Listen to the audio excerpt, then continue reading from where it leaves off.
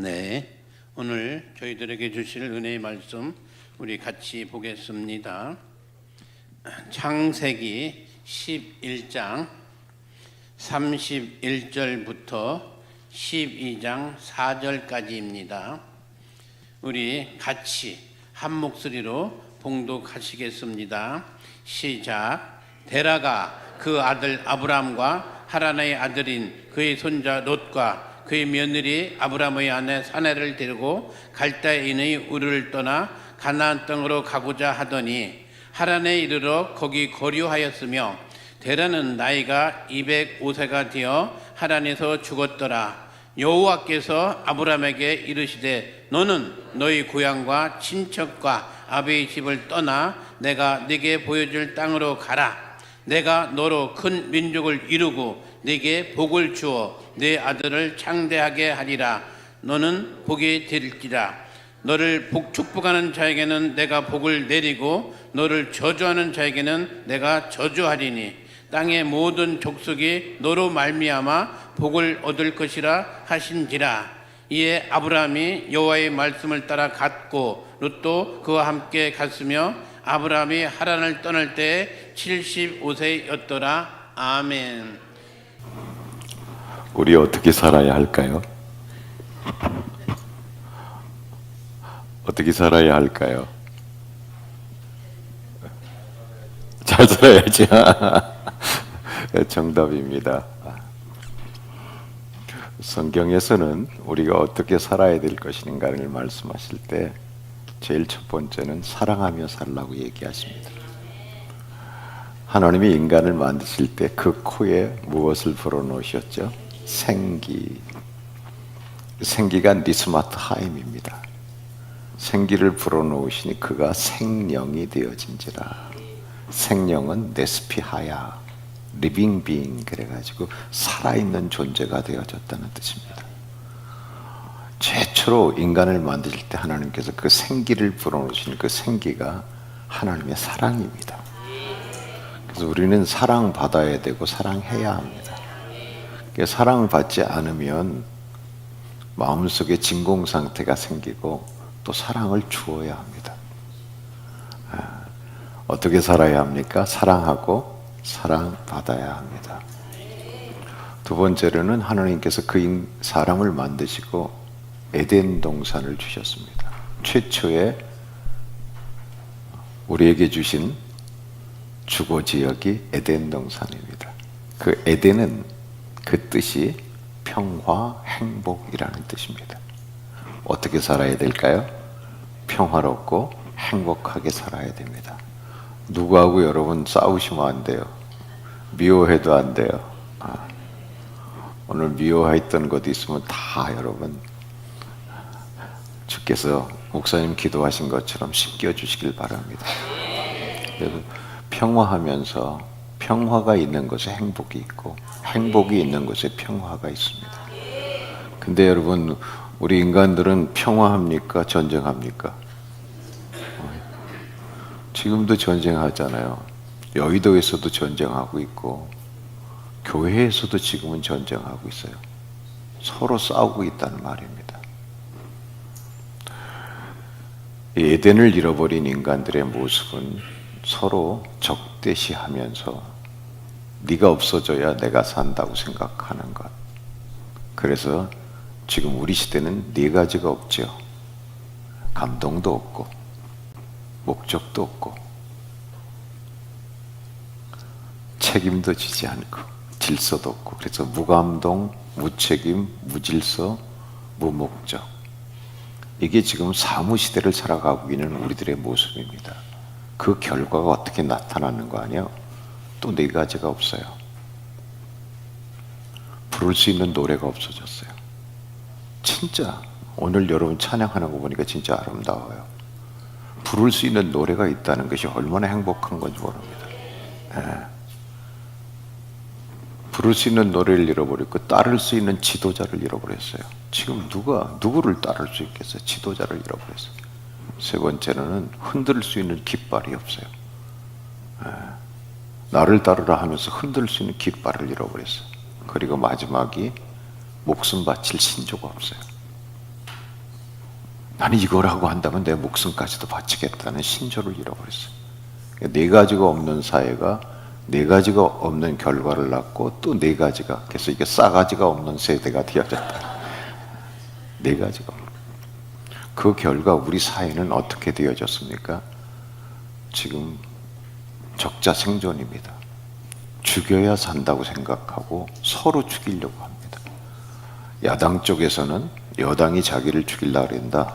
여당 쪽에서는 야당이 당신을 탄핵하려고 한다. 이렇게 서로 적자 생존처럼 죽여야 사는, 함께 살아가는 세상이 아닌 세상이 되어버렸어요. 두 번째는 권력 쟁투가 되어졌습니다. 여러분, 정치인들이 찾아와서 그러잖아요.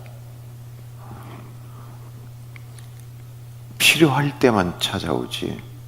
여러분, 국민을 위해서 내가 이렇게 일하겠습니다. 그 사람들이 금바지 달고 여러분 국민을 위해서 일하던가요? 수백 번 속았잖아요. 저는 이번에 교회 입당식 할 때 저희도 뭐 경기도지사나 뭐 국회의원들, 뭐 시장, 뭐 이런 사람들 얼마나 오고 싶겠어요. 그 화분도 보내고 싶고 아무것도 보내지 말아달라 했어요. 2023년으로 모든 걸 다 마감하겠습니다. 이제 더 이상 늘 푸른 교회는 정치라는 선을 넘지 않겠습니다. 오시는 것도 방문하지 말아 주십시오. 거기까지로 우리들의 관계는 정리하고 싶습니다. 저도 수십 번, 수백 번 속았어요. 경기도 교육감 와서 인사할 적에 최소한 동성애는 막아주십시오. 이건 안 되는 겁니다. 동성애는 인권의 문제도 아니고 동성애는 윤리의 문제도 아니고 창조 질서의 문제입니다. 하나님의 창조 질서가 깨어지는 것이 그게 죄인데, 그래서 인간 사회가 이렇게 되어졌는데 그거는 막아주십시오. 안 막더라고요. 막아주겠다고 분명히 약속했는데, 그러면 당신을 위해서 목사님들이 함께 기도하겠습니다. 예, 알겠습니다, 목사님. 개떡이나. 아, 진짜 너무 많이, 겉으로는 국민을 위한다고 했지만 자리를 차지하고 나면 국민은 개돼지가 되어지는 것, 이걸 더 이상은 보고 싶지 않다. 그래서 권력 쟁투, 적자 생존, 그 다음에 내로남불입니다. 우리 사회가 책임지는 사람이 아무도 없어요. 대인은 누가 대인인 거니? 책임지는 사람이 대인이거든요. 근데 대인이 없어진 세상이 돼요. 다 소인배들만 있어요. 일은 저질러 놓고, 근데 이게 교회 안에도 그런 현상이 일어났어요. 교회 안에도 누구도 책임지지 않아요. 실패는 사생아가 되어져 버리고 말았어요. 내로남불에다 여러분 하나가 더 있죠. 승자독식입니다. 이긴 놈이 싹쓸이 가는 거예요. 지금은 여러분 옳으냐 그르냐가 아니잖아요. 내 편이냐 네 편이냐. 내 편이면 무조건 옳은 거예요. 이걸 여러분 팬덤 정치, 조폭 정치 이렇게 얘기하는 겁니다. 그냥 내 편이면 무조건 옳은 거고 내 편이 아니면 아무리 옳은 얘기를 해도 그건 틀린 거예요. 이게 여러분 우리 사회에 지금 되어져 가고 있는 사회적 현상입니다. 이 속에서 우리는 이 사회를, 교회만이 세상을 이기고 교회만이 세상을 변화시키고 교회만이 세상의 희망이다. 희망을 줘야 돼요. 진짜로 희망을 줘야 돼요. 예루살렘의 성에 입성하셔서 예수님께서 제일 먼저 찾아가신 곳이 어디였죠? 예루살렘 성전이었었어요. 성전을 제일 먼저 찾아가셨어요. 왜 성전을 먼저 찾아가셨을까요? 그 성의 문제는 어디서부터 시작되어졌기 때문에 성전에서부터 시작합니다. 성전이 더러워지면 여러분 그 성읍이 더러워지는 것입니다. 그래서 성전부터 청결케 하지 않으면 그 성은 청결케 되어지지 않게. 그래서 예수님께서 성전에 들어가면서 성전이 무엇하는 집이 되어져 버렸어요? 경쟁하는 집, 장사하는 집이 되어져 버렸어요. 그러니까 도시가 무엇해요?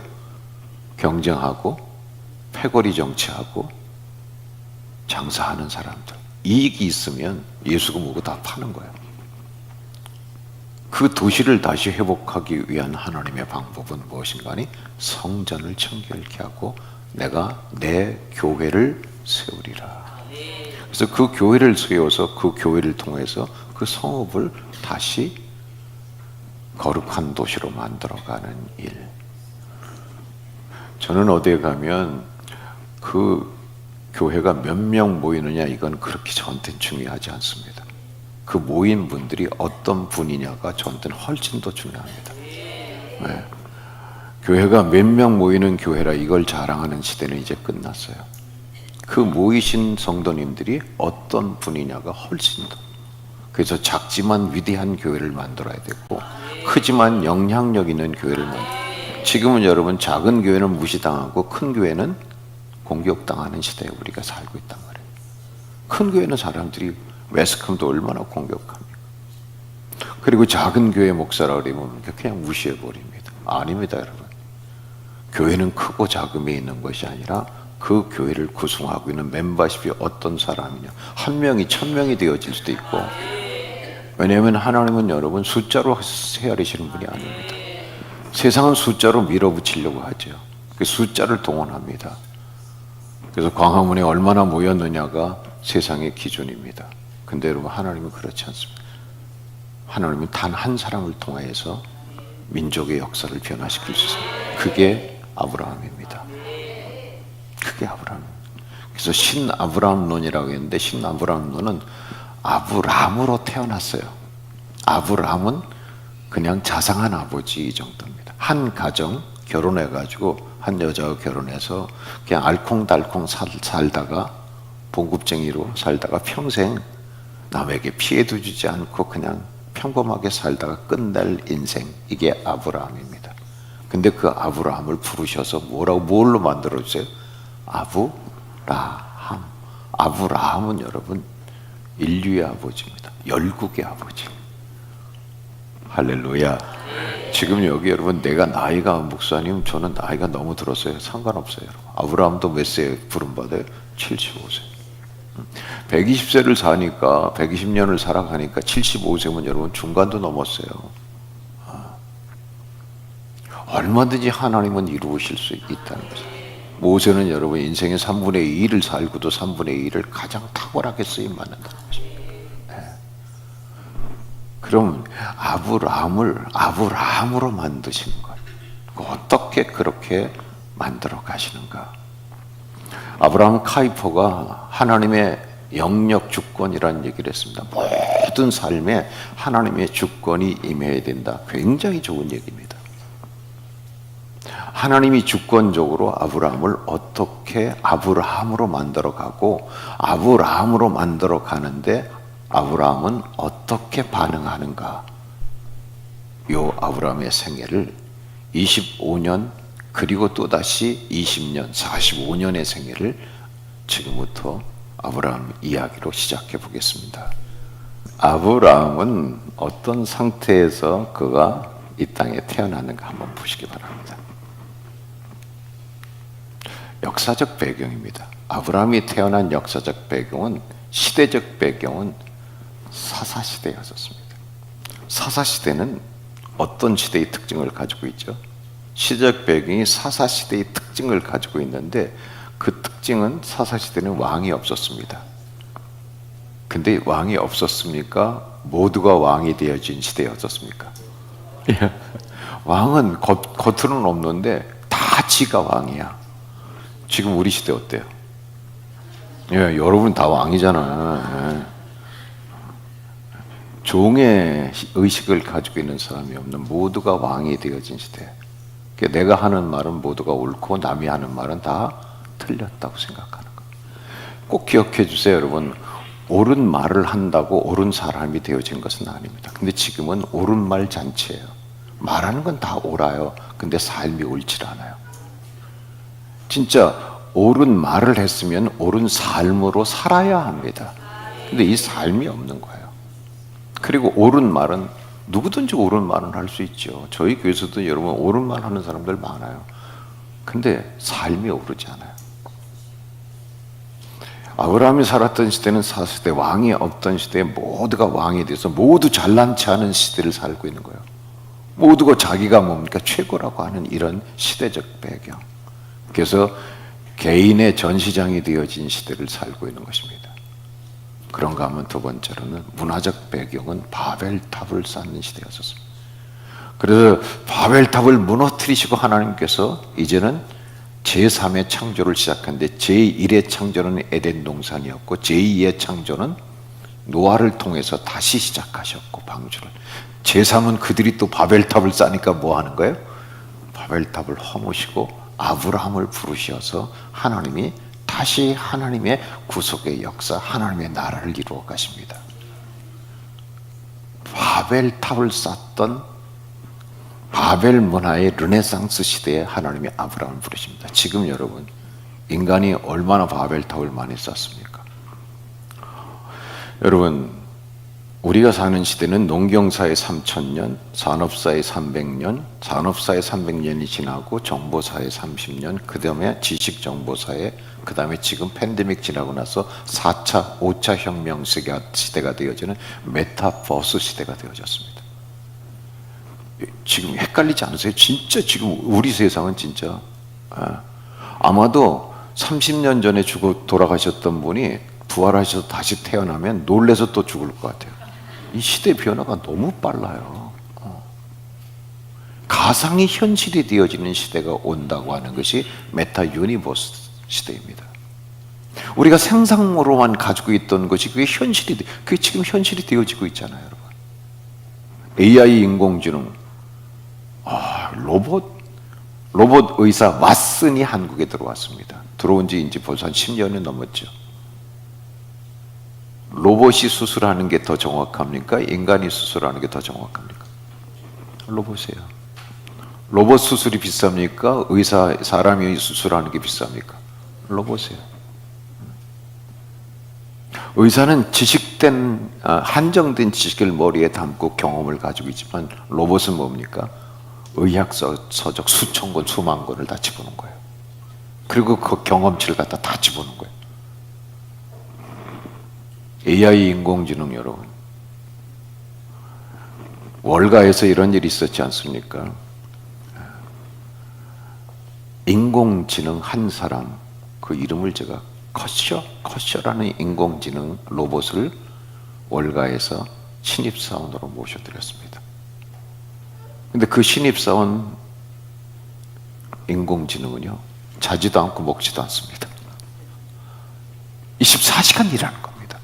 근데 그 두뇌 속에 입력되어 있는 지식을 가지고 여러분, 그 회사 400명이 해야 될, 한 달 동안 해야 될 일을 이 인공지능이 일주일 만에 딱 해내는 거예요. 한 달 동안 해야 될 일을. 이 인공지능 로봇을 하나 신입사원으로 커셔라고 그랬었습니다. 커셔를 갖다가 사원으로 모집하고 나서는 여러분 398명이 해직되어집니다. 2명만 이 인공지능을 관리할 수 있는 사람 딱 2사람 만나는 거. 이런 시대가 지금 우리 앞에 오고 있다는 것입니다.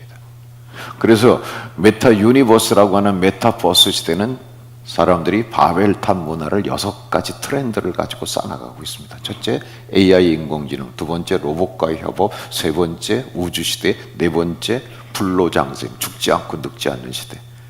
다섯 번째, 저탄소 재생에너지. 여섯 번째, ESG 경영.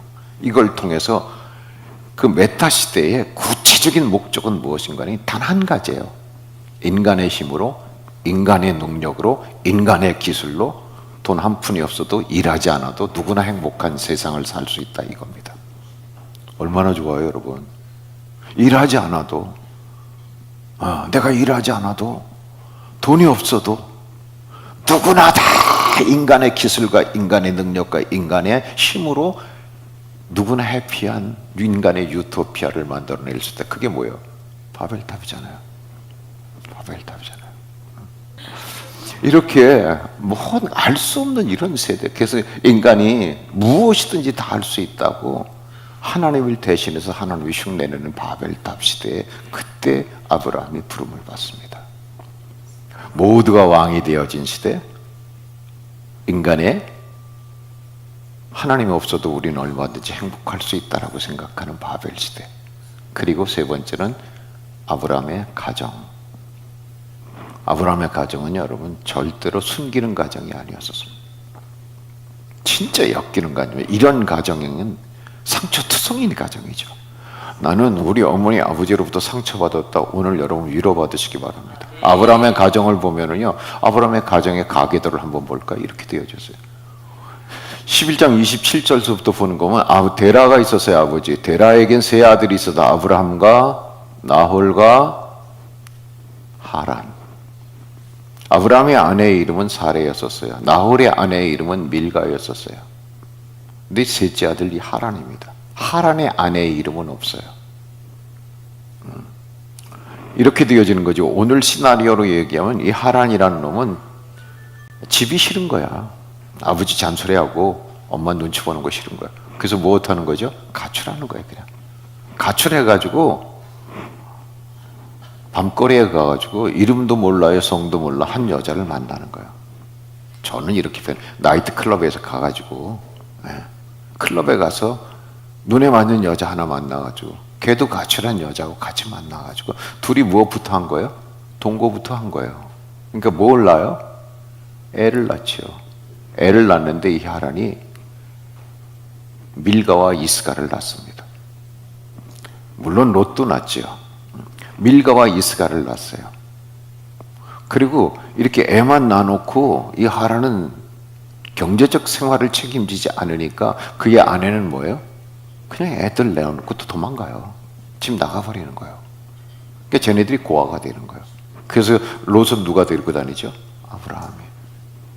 근데 더 웃기는 게 하란이 동생이 이름도 없는 여자에게서 밀가를 낳는데 밀가가 누구의 아내였더라? 나홀의 아내였더라. 뭐가 지금 되죠? 아니 동생의 그러니까 이게 뭐죠? 조카죠? 조카가 둘째 아버지의 마누라가 되는 거예요. 이게 아브라함의 가정이라고 하는 것이 여러분 정상적인 가정입니까? 아니에요. 상처투성이인 가정. 지금으로 얘기하면 진짜 엮이는 가정입니다. 그 아버지 아브라함은 또 뭐해서 먹고 살아요?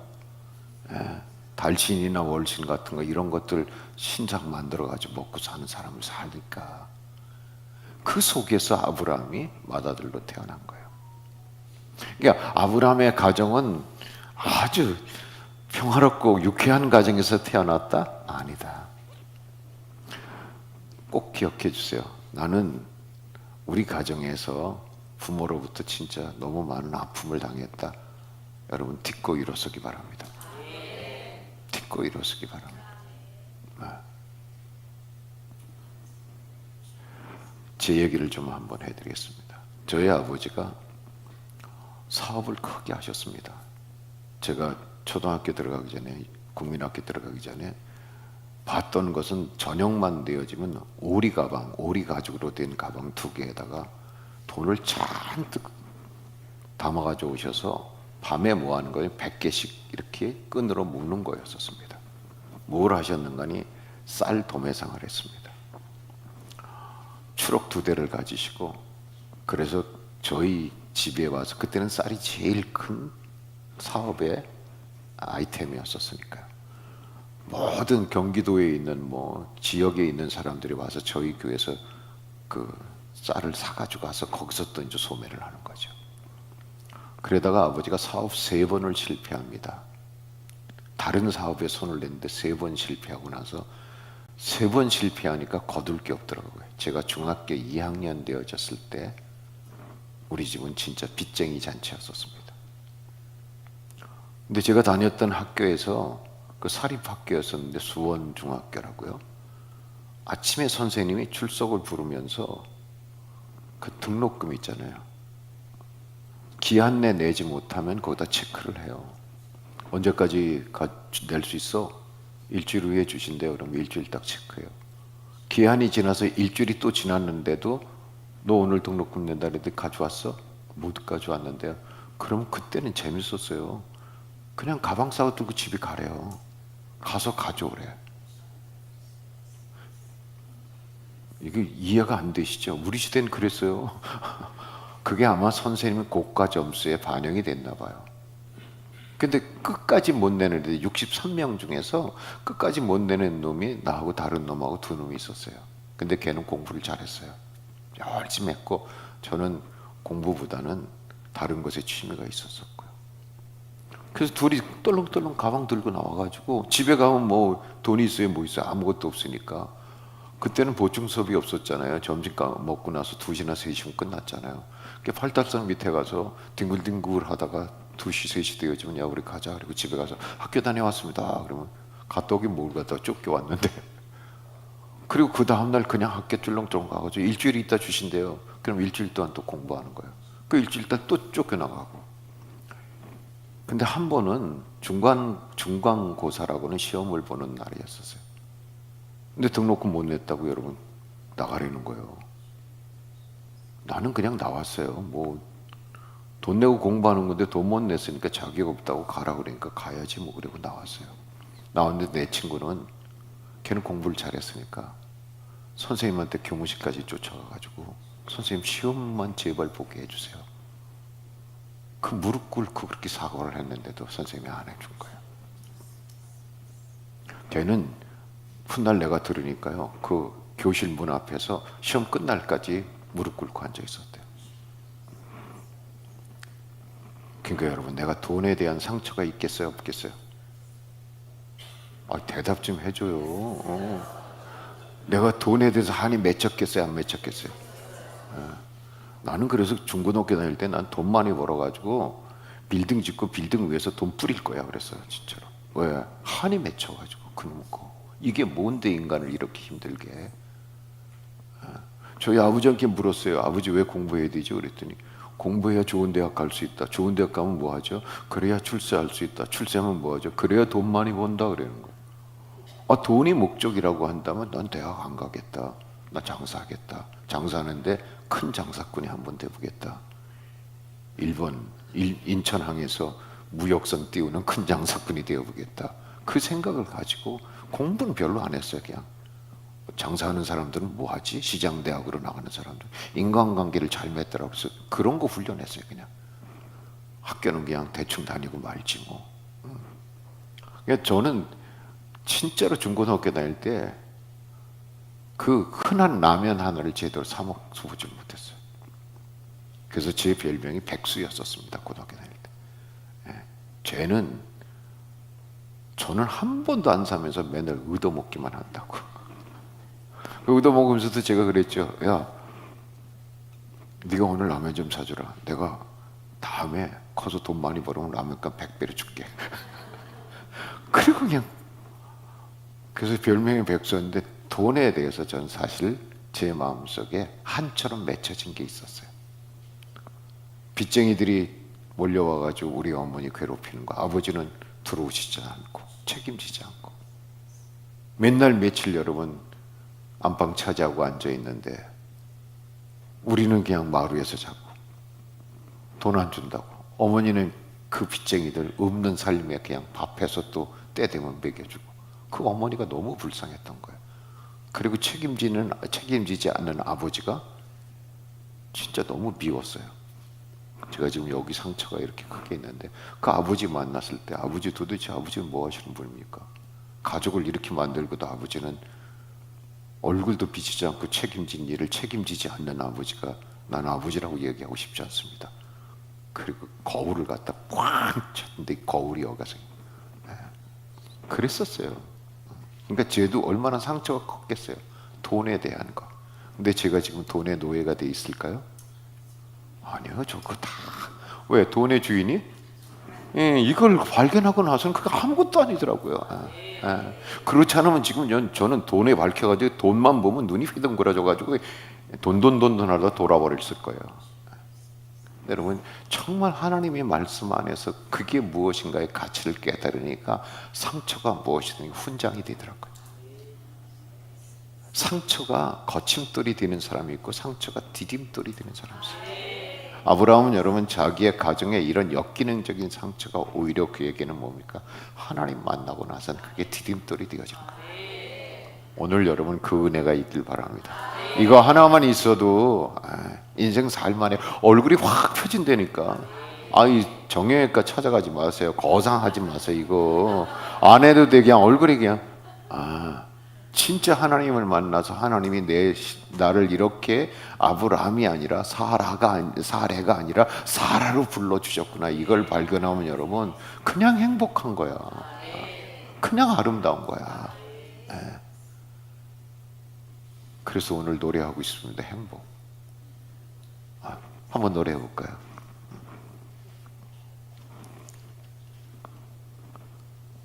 송경민 씨가 불렀던 행복. 당연한 것이었는데 그게 아니고 은혜이고 행복이었어요.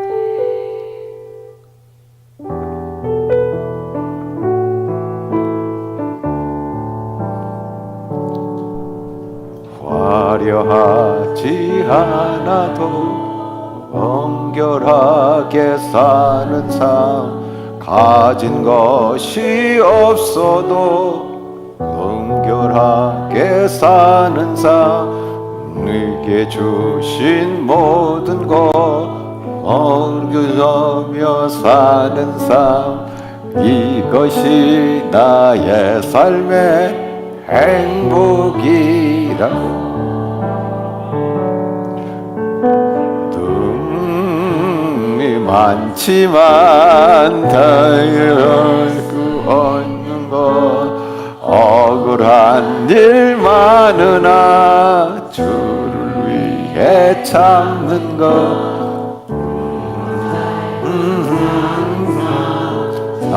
그대로 사는 것, 이것이 나의 삶의 행복이라. 이것이 행복,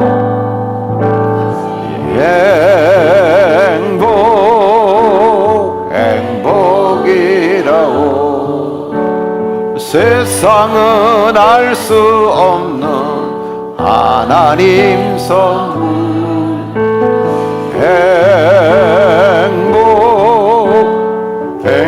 행복이라고. 하나님의 자녀로 살아가는 것, 이것이 행복이라.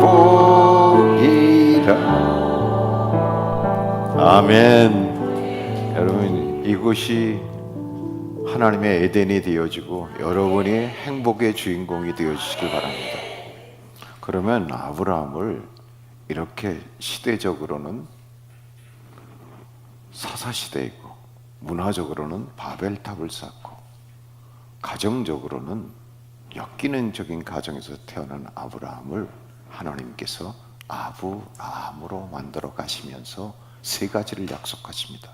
내가 내게 씨를 주고, 내가 내게 땅을 주고, 내가 내게 복을 주리라. 씨, 땅, 복. 이게 성경을 여는 가장 중요한 열쇠 세 가지가 되어집니다.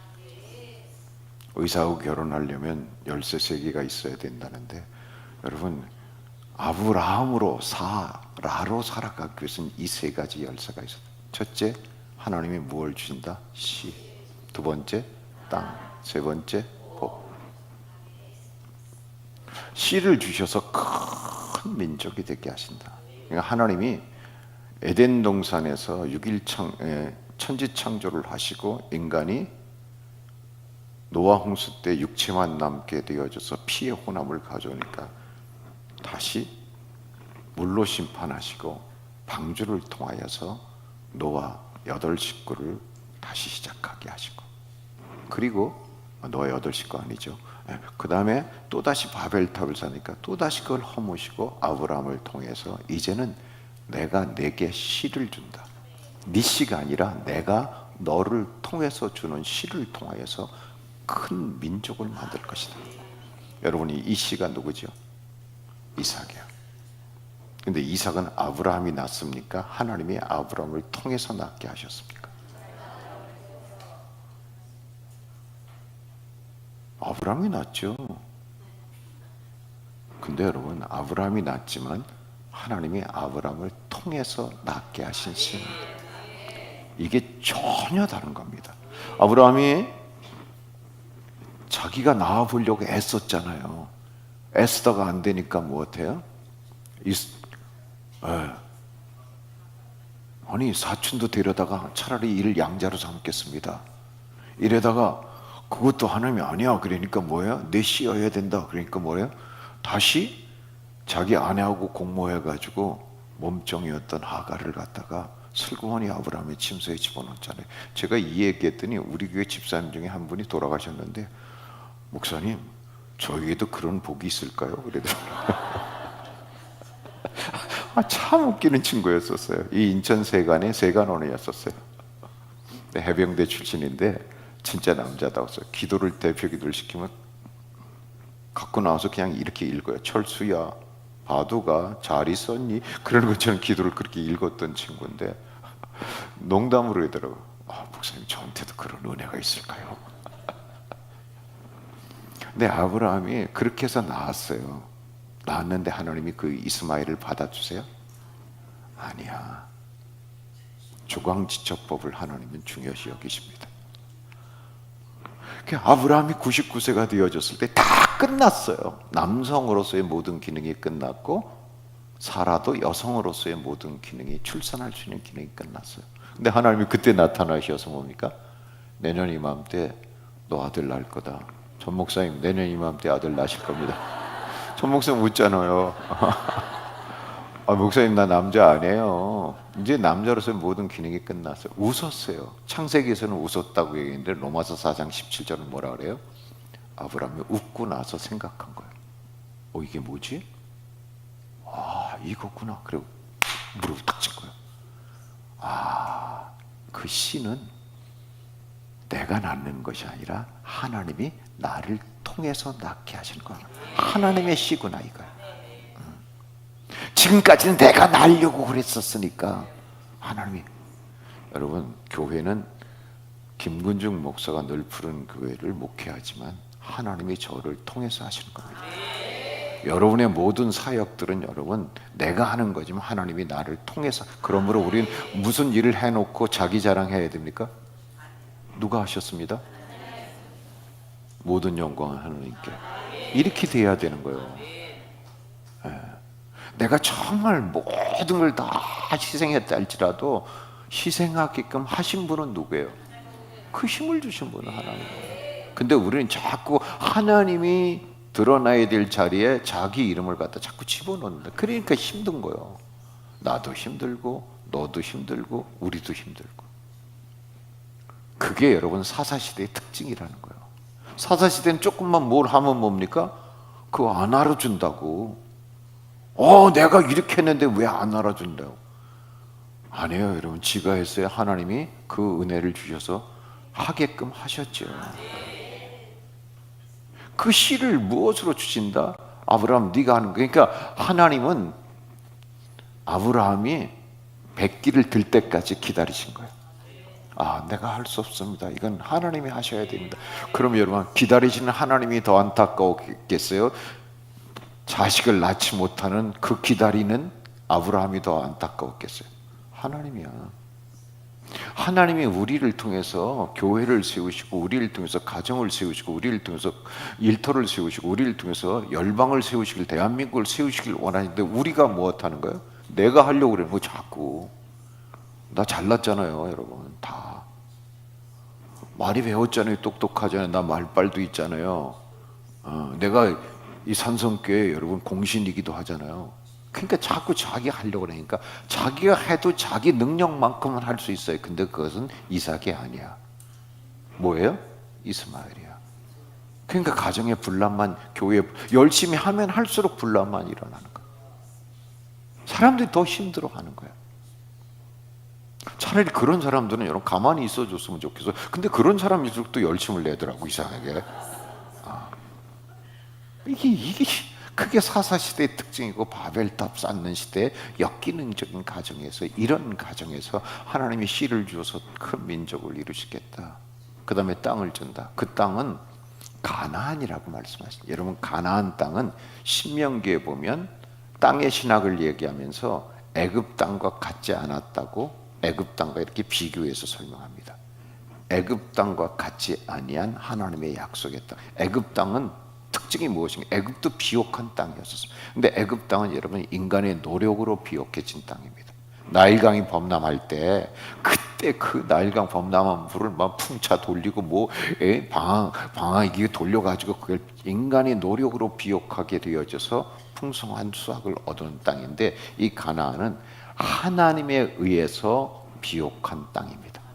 하나님이 축복해 준다. 그래서 애굽 땅, 내 노력이 아니라 하나님께서, 우린 하나님의 말씀대로 원리대로 삶을 살아가면 하나님께서 우리를 통해서 하시는 그 아름다운 축복. 그래서 돈은 복이 아니라 은사라는 거예요. 은사대로 활용하면 하나님께서 그 나라와 그 일을 먼저 구하고 하늘에 쌓아두는 자에게 땅에 책임을 져주신 하나님의 은혜를 주신다는 거예요. 그 가나안 땅을 주시는데, 거기서 내가 무엇이다? 복에 너 때문에 네 가정이, 네 후손이, 네 가문이, 네 민족이, 열방이 복을 받게 돼요. 그래서 개인의 복, 가정의 복, 가문의 복, 민족의 복, 열방의 복까지 내가 복의 근원이 되어질 것이다. 할렐루야. 그래서 씨를 통하여서, 단수인 씨를 통해서 민족이 되고, 그 민족이 땅을, 약속의 땅에 들어가서 그 약속의 땅에서 모든 인류 전체에게 무엇하다? 네가 그래서 인류의 아버지가 되게 해주시고, 뭐다? 인류의 너는 어머니가 되게 해주시겠다. 어떻게 태어난 사람을? 역기능적인 가정에서 태어난 아브라함을. 그래서 아브라함으로 태어났는데 무엇이 되게 해주시겠다? 아브라함. 할렐루야. 이거 조금만 더 설명드릴게요. 근데 씨를 주셨어요, 이삭을. 근데 큰 민족이 돼야 되잖아요. 근데 아브라함, 이삭, 야곱, 요셉 4대까지 내려가는데도 큰 민족이 돼야 안 돼요? 안 돼요. 총 몇 명이에요? 67명이야. 요셉이 애굽에 살아있다는 것을 알고 기근이 되어져서 야곱의 혈석들이 애굽으로 건너가는데 몇 명이 건너가는 거니? 67명이에요. 4대째 내려가는데도 이게 큰 민족이 안 되는 거야. 그러니까 하나님께서 장소를 옮기시는 거예요. 어디로 옮겨요? 애굽으로. 그래서 누구를 먼저 보내시는 거예요? 요셉. 그래서 요셉이 팔려가는 거예요. 잘 기억해보세요. 왜 아브라함, 이삭, 야곱, 요셉, 여기서는 팔레스틴 그 비옥한 추송딸이 되어지는 거기서는 왜 큰 민족이 되어지지 않느냐? 여러분, 역사학자들은 그렇게 얘기합니다. 아래쪽에, 남쪽에 전통적인 강대국인 이집트가 있습니다. 그리고 위쪽에 아수르, 바벨론 같은 이런 강대국들이 있습니다. 이 두 나라가 싸우면 등 터지는 게 누구예요? 가운데에 있는 이스라엘이에요. 이게 그렇게 얘기합니다.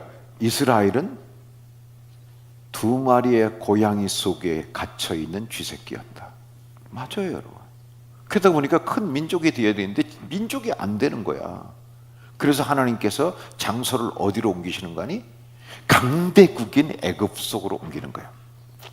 우리가 중고등학교 다닐 때 짱이었던 주먹, 이놈 여러분 가방 들고 다니면 핫발이라도 건드릴 수 있어요, 없어요? 못 건드리거든. 애굽은 그 당시에 최고의 강대국이에요. 강대국 속에다 집어넣으니까 아무도 못 건드리는 거야. 못 건드리니까 여러분, 출애굽기 1장에 가면 진짜 재미난 이야기가 기록되어 있어요. 야곱의 혈석들이 애굽으로 내려가서 애굽에 있었던 요셉과 요셉의 두 아들까지 합쳐 70명이 되어졌어요. 근데 그 70명이 그 다음에 기록이 뭘로 나오는 거니? 히브리 여인들은 생육이 중다하여서 산파가 도착하기도 전에 애를 쑥쑥 낳아. 그러면 그 70명이 요셉부터 모세까지가 또 4대입니다. 안 놀라시는 거 봐. 4대인데 그 4대 동안에 몇만이 되어지는 거니? 적어도 250만 명이 되어진다는 거예요. 4대 동안에 70명이었는데 4대 만에 200. 그러니까 히브리 여인들은 성경이 그걸 얘기해. 생육이 중다하여서 통증이 오면 그냥 놔버리는 거야. 그리고 또 그냥 임신 또 되고 또 낳고. 이걸 여러분 어떤 사람이 그걸 또 연구했어요. 성서 그 신학자들은 그런 거 연구하는 게 취미 아니에요? 그러면 히브리 여자들이 한 명이 몇 명의 아이를 낳아야 그게 250명이 가능할까? 23명이래요. 근데 기너스북에 여러분 몇 명 난 사람이 세계 최고의 기너스북으로 지금 있는 줄 알아요? 27명. 그러니까 보통 히브리 여자들은 20명 이상을 낳았다는 거예요. 이게 뭘로도 해석이 안 되는데 딱 해석되어지는 게 뭐예요? 하나님이 큰 민족을 이루시게 한 하나님의 역사를 만들어 가시기 위해서이다. 임신도 잘 되고 출산도 잘 되고 임신도 잘 되고 출산도 잘 되고 임신도 잘 되고 출산도 잘, 이게 여러분 계속 반복되어지는 거예요. 계속 반복돼요. 이걸 여러분 뭘로도 설명할 수가 없어요. 설명할 수 없는데 하나님이 무엇 하신 것이다? 아브라함에게 준 하나님의 약속을 이루시기 위해서 하나님께서 행하신 하나님의 방법. 그래서 큰 민족이 되어졌어요. 큰 민족이 되니까 이제 살기는 어디 와서 살아야 돼요? 애굽에서 살아요? 가나안에서 살아요? 가나안에 가서. 그러니까 요셉을 미리 준비하셔서 가장 좋은 땅, 고센 땅을 받게 하시고 거기서 양치기 민족이니까 목동이니까 애굽 사람들은 여러분 농경 문화였었어요. 농사 짓는 사람들은 양치는 사람들을 또 하류 취급을 했거든요. 냄새 난다고. 그 아무도 간섭받지 않는 아름다운 땅에서 여러분 생육이 중다해서 드디어 번성하여서 민족이 되어졌습니다. 그렇다면 어디로 와서 살아야 돼요? 가나안. 근데 등 따스고 배부르면 갈라 그래요? 안 갈라 그래요? 안 가지. 여기가 좋사오니 여기서 초막셋을 짓겠다 그러지. 안 갈라 그러는 거예요. 왜? 애굽에서 살기 좋거든요. 거기다 힉소스 왕조니까 너무 좋거든요. 건드리지도 않고 여기가 천국인 것처럼 지상 낙원이 이루어진 거죠. 그러니까 안 가려고 그러니까 가나안 땅으로 가야 되는데, 약속의 땅으로 가게 하는 방법은 딱 한 가지예요. 안 가려고 하는 놈들 가게 하는 것은 딥다 고난으로 때리는 거. 그 고난이 어디까지 가요? 무임금 노동력을 착취하기도 했는데 근데도 안 가려고 그러는 거예요. 그러니까 나중에 뭡니까? 사내 아이를 낳으면 남아 살해장치 죽이는 거예요. 그랬더니 출애굽기 2장 마지막 절에 보면 이렇게 얘기합니다. 그때서야 비로소 그들이 아브라함의 언약을 기억하사 하나님 앞에서 우리를 약속의 땅으로 보내주십시오. 내 고향으로 날 보내줘. 그걸 그때서야 비로소 부르기 시작하는 거예요. 그때 하나님이 이미 누구를 준비하셨어요? 모세. 그래서 그게 애굽의 왕자가 되어지게 하신 거예요. 이게 여러분 아브라함의 언약을 기억하면 모든 것이 그냥 한순간 풀려버리는 거야. 마치 여러분 위에서 내려다보는 것처럼 싹 풀려버려. 요셉을 통해서 큰 민족을 이루시고 큰 민족을 이루는데 안 이루어지니까 요셉, 그래서 요셉이 애굽의 형들의 미움. 그래서 요셉이 뭐라 그래요? 형들을 만났을 때 이 왼수들 만났구나, 단칼에 없애버리겠다 이래요? 아니잖아요. 형님들이 나를 파는 것이 아니라 하나님께서 이 언약을 이루시기 위하여 나를 먼저 이곳에 보내셨습니다. 여러분, 팔려온 자는 원망하는 거예요. 그리고 복수하는 거예요. 근데 보내심을 받은 자는 다 품는 거예요. 팔려온 자는 상처 때문에 견뎌내질 못해. 절대로 우린 여러분 이 산성교회 보내심을 받은 자고, 여러분들의 교회에 보내심을 받고 여러분의 남편에게 보내심을 받은 자요. 팔려온 자로 여러분 남편 칼로 도리지 말어. 그래서 요셉을 미리 준비하셔서 요셉으로 큰 민족을 이루게 하시고, 그리고 그 땅을 인도하기 위해서 하나님은 모세를 애굽의 왕궁에다 집어넣어요. 여러분, 자, 한번 따라오세요. 하나님은 지도를 가진 자를 사용하신다.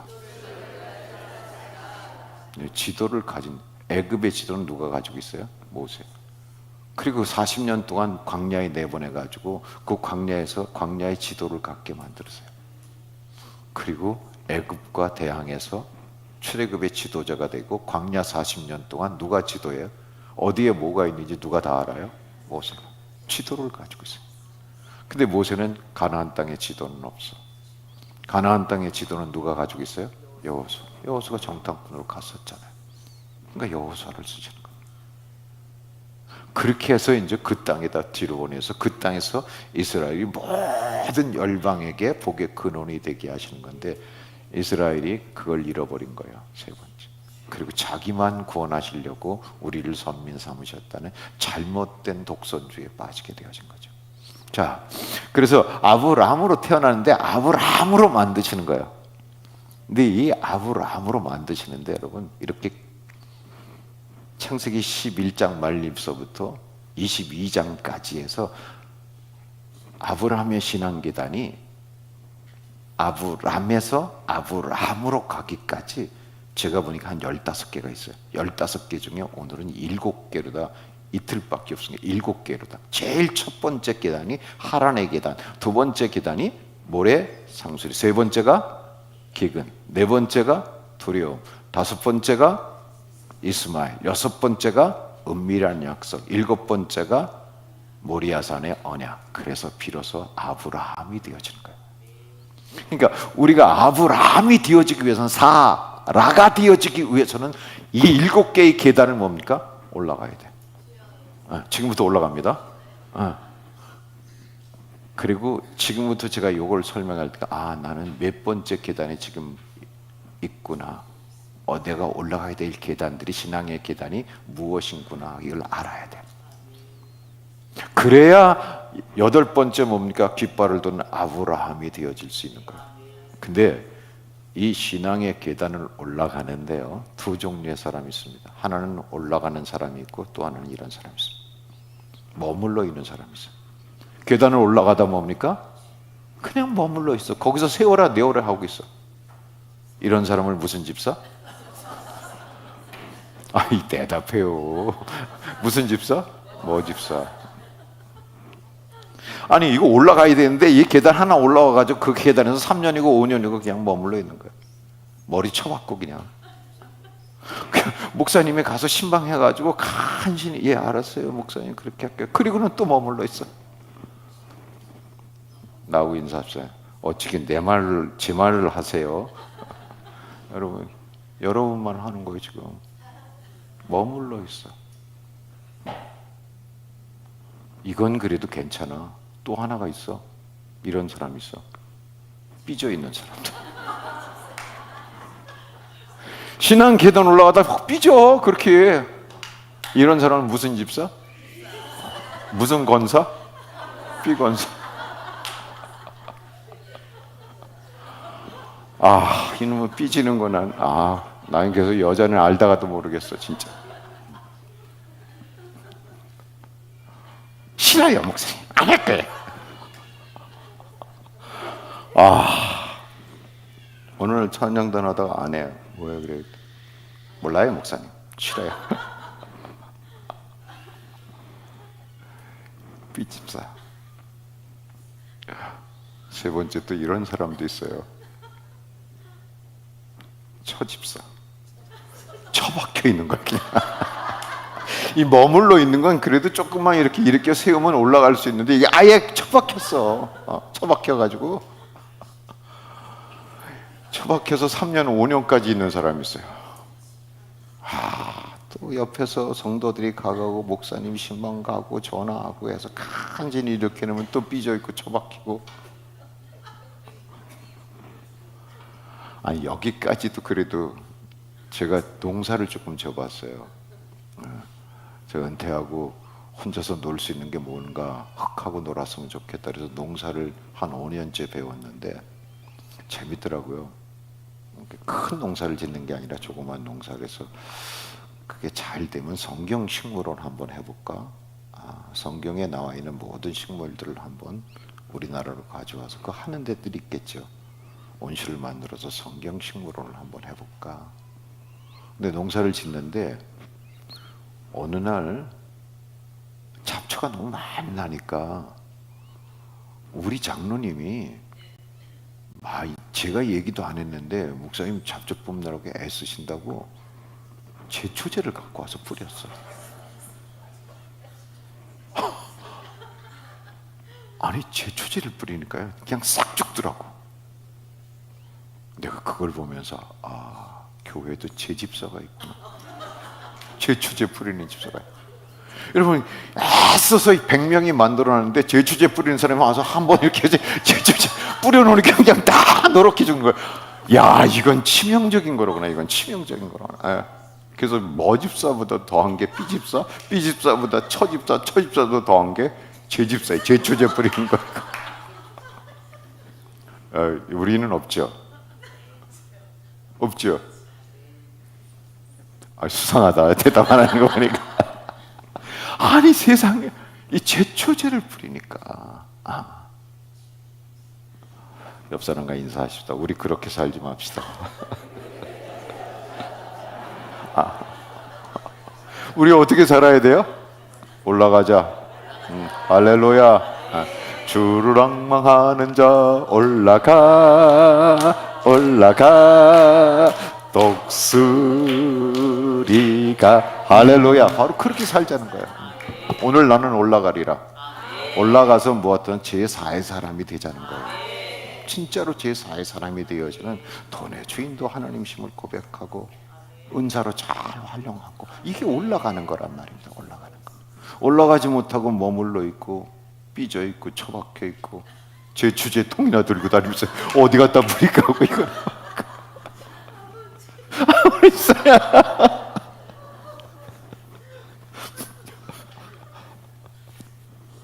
이런 사람들의 특징이 있어요. 이 네 종류 올라가지 못하는 먹비 처제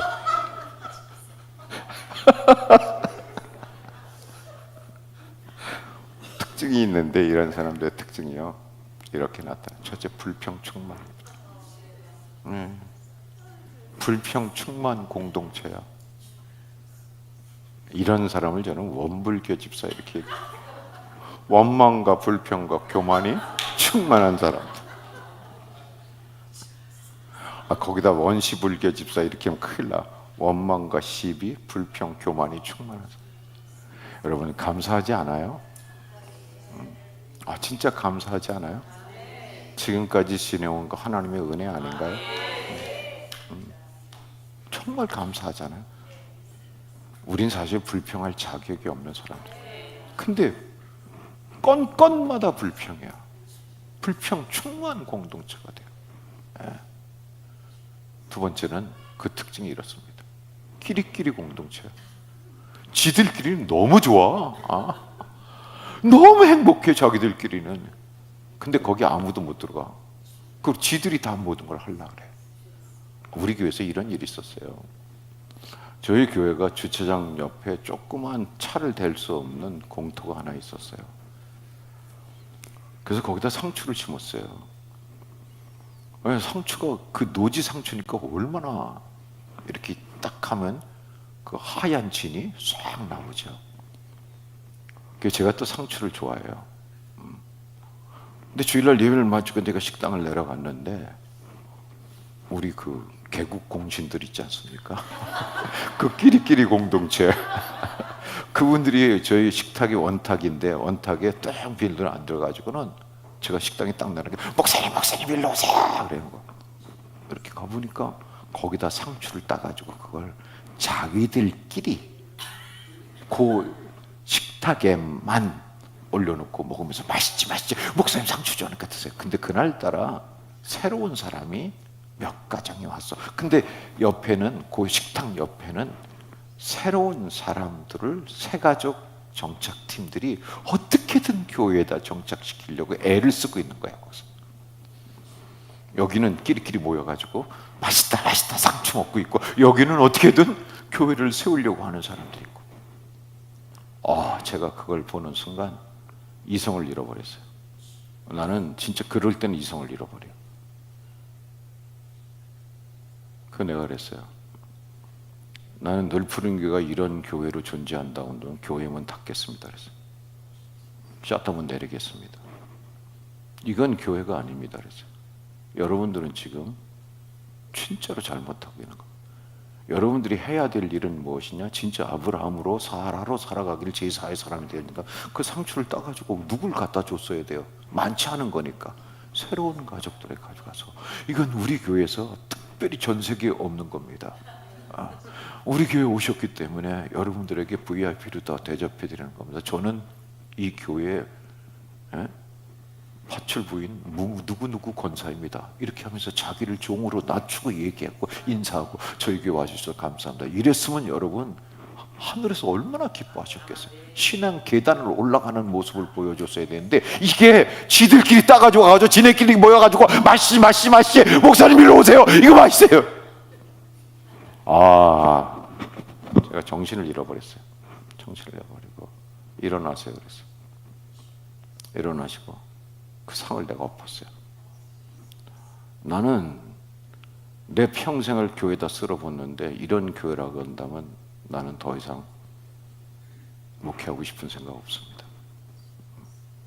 우리가 세워가야 될 교회가 어떤 교회인데 여러분들은 지금까지도 저러고 있습니까? 그러니까 맨날 삐지고 처박히고 머물러 있고 제초제 나갔다 뿌리려고 생각하고 있고 이게 올라가지 못하는 사람들의 특징이란 말입니다. 여러분 모두를 사랑하시기 바랍니다.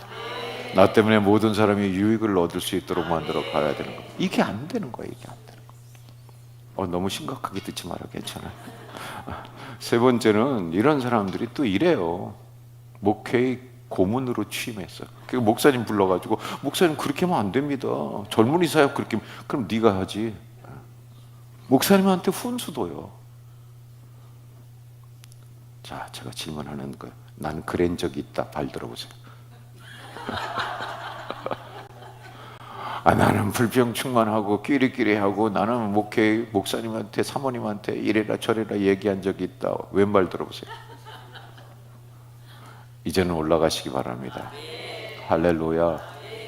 교회만큼 멋있는 기관이 없어요. 여러분 교회에서 진짜 교회를 세우는 처치 플랜터가 되어지면 가정과 일터에서 어디에서든지 환영받는 사람이 되어줄 수 있어요. 이게 교회예요. 그 다음에 하나 또 있어. 올라가지 못하는 사람. 뭘까? 이렇게 됐어요. 사소한 것에 목숨 걸어. 진짜 큰 거는 잃어버려서 그 생각지도 못해 그런 거는. 근데 사소한 것에 목숨을 걸어요. 아니 강대상에 의자 놓고 안 놓고 무슨 상관이 있어. 저기 앉았다 올라오면 어때요?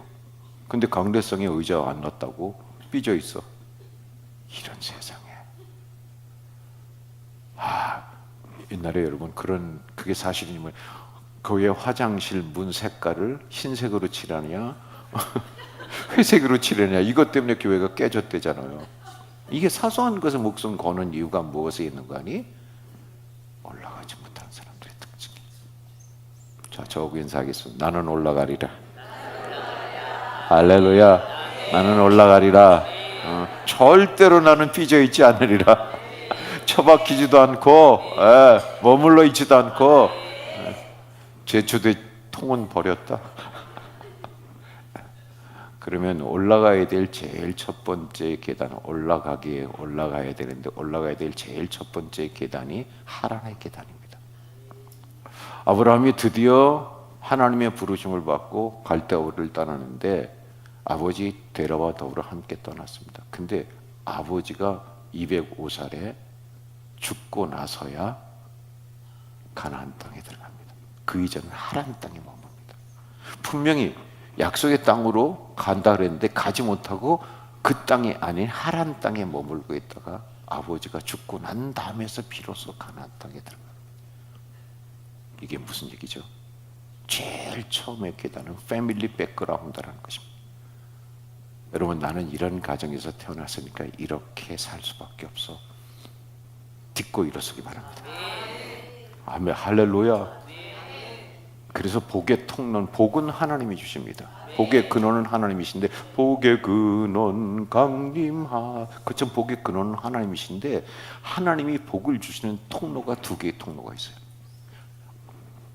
아빠, 엄마, 자식 온 가족의 복의 통로는 목회자입니다.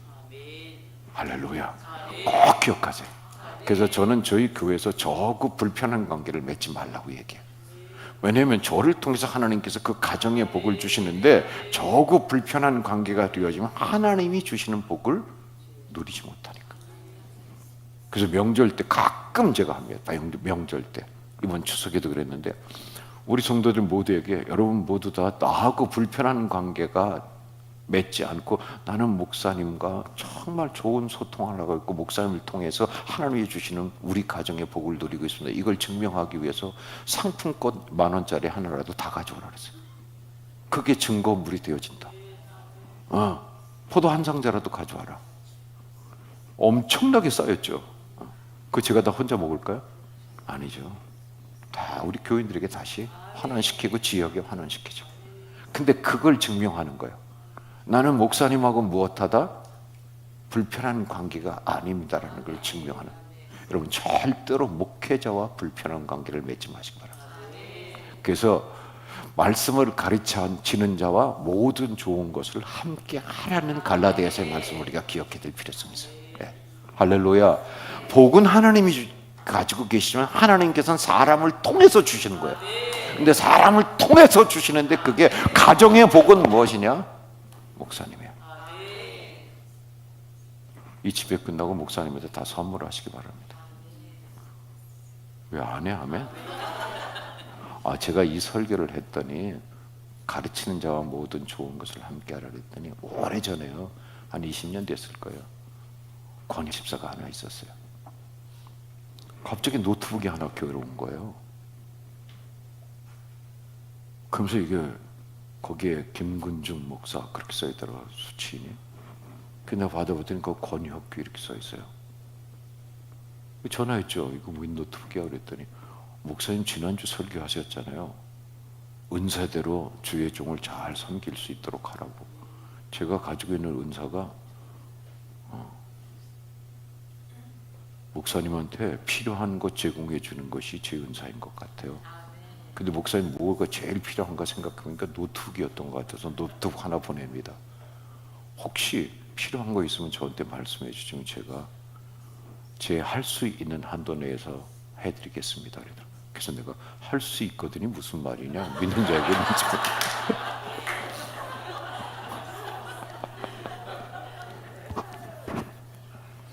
여러분 일반 사람하고도 좋은 관계를 맺으면 그게 복이 되어집니다.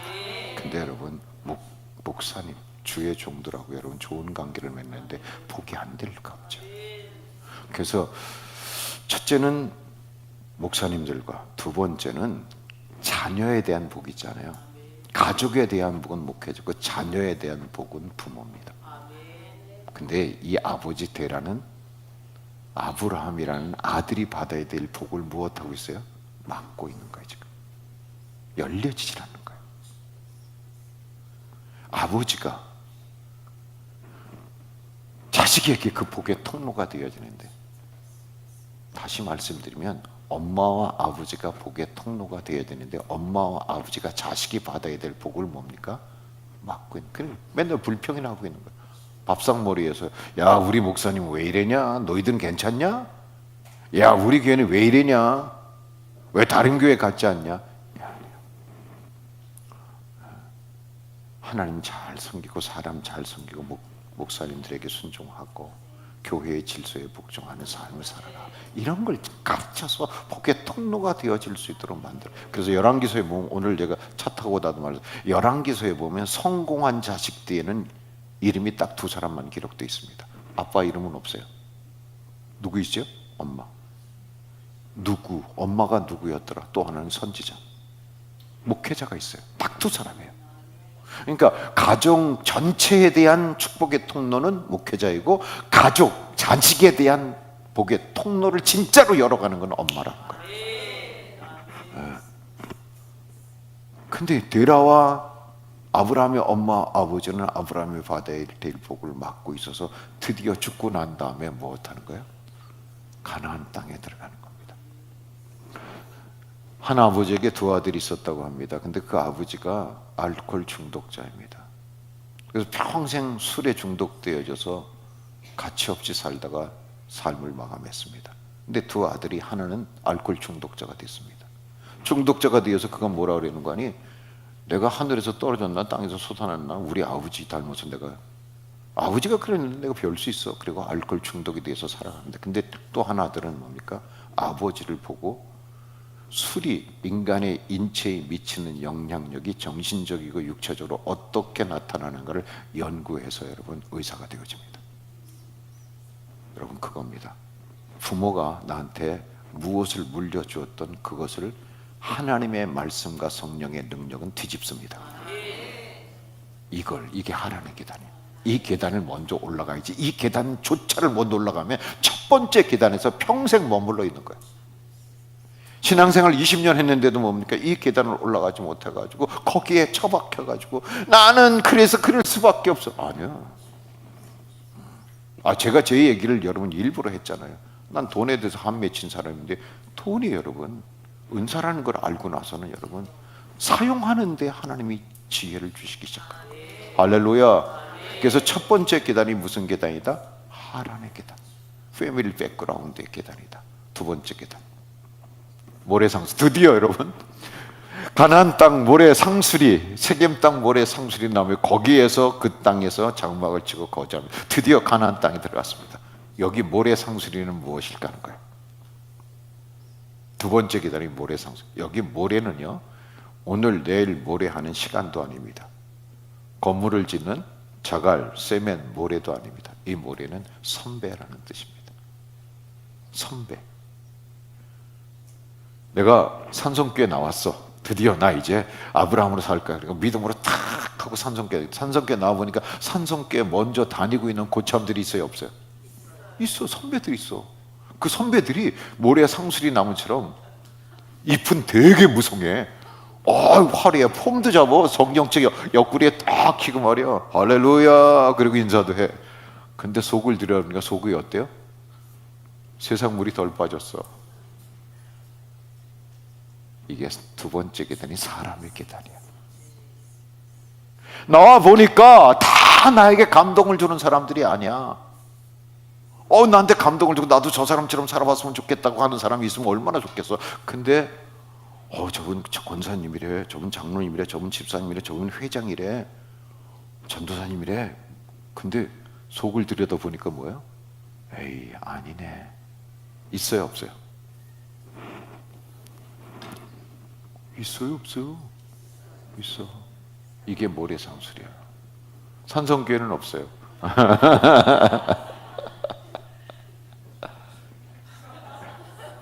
믿음의 선배들인데 선배답지가 못한 거야. 사사건건 불평불만하고 끼리끼리 모이고 우리 교회는 이래서 안 돼. 이딴 얘기는 하고 있고 사소한 것에나 목숨 걸고 있고.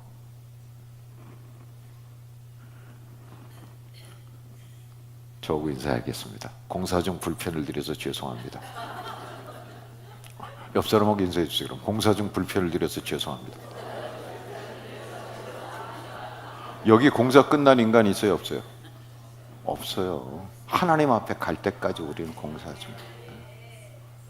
여기 오다 보니까 공사 중 써놓고 여러분 불편을 드려 죄송합니다. 돌아가십시오라고 써있더라고요. 맞아요, 여러분. 우리 모두는 여러분 공사 끝난 인간은 없어요. 다 부족함이 있고, 그래서 우리는 서로 무엇하고요? 사랑하고 격려하고 섬기고 나누고. 아멘, 아멘, 아멘, 할렐루야. 이래야 되는 거예요. 사람의 계단, 사람 때문에 삐지거나 사람 때문에 처박히지 말잖아. 사람은 여러분 평가해야 될 대상이 아니라 사람은 섬기고 사랑해야 된다. 할렐루야. 절대로 만일 여러분 그 사람의 약점을 봤어요. 저희 교회 성도가 저의 약점을 보았다고. 우리 목사님 이런 게 좀 안 되네. 제 약점을 보았다고 한다면 하나님께서 왜 그 사람에게 그 약점을 보여주실까요? 그 지적하라고요? 아니에요. 그걸 기도하고 네가 보완해 주라. 우리 목사님이 책을 안 읽네. 그럼 책을 사서 드리라. 우리 목사님 운동 안 하시네. 그럼 운동할 수 있도록 스포츠 센터에 티켓을 끊어드리는 거예요. 우리 목사님 옷이 너무 초라하네. 그러면 옷을 하나 사드리라고. 하나님께서 그걸 보게 해주신 건데, 그걸 가지고 뭡니까? 목사님은 맨날 운동도 안 하고 맨날 배만 나오고 아니야. 그렇게 얘기하시면 안 돼. 그거를 보게 하셨을 때는 뭐다? 하나님께서 나로 하여금 그 일을 하게끔. 이게 교회란 말이에요. 이게 신앙의 계단을 올라가는 사람들이란 말이에요. 여러분, 교회는 절대로 세상과 다르지 않습니다. 세상과 똑같습니다. 세상에서 일어나는 일, 교회 안에서 다 일어납니다. 교회를 너무 거룩하게 보지 마세요. 거룩함을 입은 공동체이지 거룩하지는 않습니다. 근데 교회가 세상과 다른 것이 딱 한 가지가 있어. 그게 뭔지 아세요? 그럼에도 불구하고 사랑하는 거예요. 그럼에도 불구하고 용서하는 거예요. 그럼에도 불구하고 여러분 기다리는 거예요. 그럼에도 불구하고 여러분 축복하는 거예요. 왜? 하나님이 살아계시기 때문에. 할렐루야. 그 하나님이 책임져 주기 때문에. 이게 교회가 다른 거예요, 세상하고. 근데 교회가 지금 그 맛을 잃어버린단 말이에요. 세상과 똑같아진단 말이에요. 그러니까 교회가 세상 가운데서 희망이 되어지면 그 세상을 이기지 못하는 거예요. 모래상주를 자 보세요. 산성교회 다윗 목사님이 오셔서 목회하면, 담임 목사님 오시면 여러분 얼마나 신나겠어요. 골리앗을 쓰러뜨릴 때 여러분들은 와 우리 조 목사님 맞아 다 할 거예요. 근데 다윗이 어느 날 어떻게 되어져요? 경수가 끝난 여자가 몸을 정결케 했는데 그 여인을 보고 어디로 데려가요? 아무도 없는 밀지로 데려가서 그 여자와 통정을 해요. 그때 여러분 어떡하실까요? 다윗 죽여라, 다윗 죽여라 그럴까요? 여러분 이게 사람은 여러분 사랑해야 될 대상이고 사람은 격려해야 될 대상이고 용서해야 될 대상이지 정죄해야 될 대상. 그러니까 사람 때문에 처박히지 마시기 바랍니다. 사람 때문에 머물러 있지 마시기 바랍니다. 사람 때문에 제 주제 들고 다니지 마시기 바랍니다. 첫 번째 계단은 내가 태어난 패밀리 백그라운드, 두 번째 계단은 사람, 세 번째 계단 이겁니다. 기근. 그래서 어디로 도망가요? 가나안 땅에 들어갔는데 기근이 찾아왔어요. 기근이 찾아오니까 어디로 가요? 그냥 애굽으로. 애굽으로 가서 또 어떤 일을 저질러요? 자기 아내를 빼앗겨. 이 기근은 무엇인가니? 이게 물질이야, 돈이야. 돈 때문에 삐지지 말라. 헌금 안 한다고 삐지지 말고. 기근이 돈이라는 거. 돈의 주인은? 돈은 은사다. 내일 세 번째 계단서부터 일곱 번째 계단까지 마감해서 정말 우리가 올라가야 될 계단들이 무엇인가? 하나님께서 우리를 무엇으로 부르셨는데? 아브라함, 사라로 부르셨는데 나는 아브라함이 되어지고 사라가 되어 열국의 어미가 되고 열국의 아비가 되어질 수 있도록 하기 위해서 하나님께서 우리에게 올라가야 될 신앙의 계단을 7가지로 얘기했는데 오늘 3가지입니다. 내가 태어난 패밀리 백그라운드, 두 번째는 사람, 세 번째는 돈. 여기에서 여러분 올라가시기를 주의 이름으로 축복합니다. 그래서 우리가 제4의 사람이 되어져서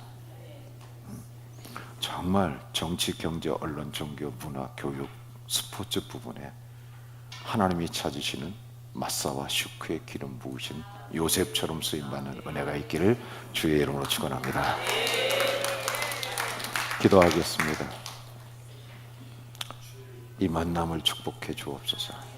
정말 이 만남을 축복해 주옵소서. 비바람이 몰아쳐도 우리 이 계단을 올라가게 하여 주옵소서. 눈보라가 휘몰아쳐도 결코 머물러 있거나 삐져 있거나 처박혀 있지 않게 하여 주옵소서. 우리가 올라가야 될 계단이 무엇인지를 함께 나누었습니다. 주여, 우리 모두에게 성령으로 충만케 하여 주시옵소서. 제4의 사람으로 우리를 세우시는 하나님의 은혜가 있게 하여 주옵소서. 예수님의 이름으로 기도하옵나이다.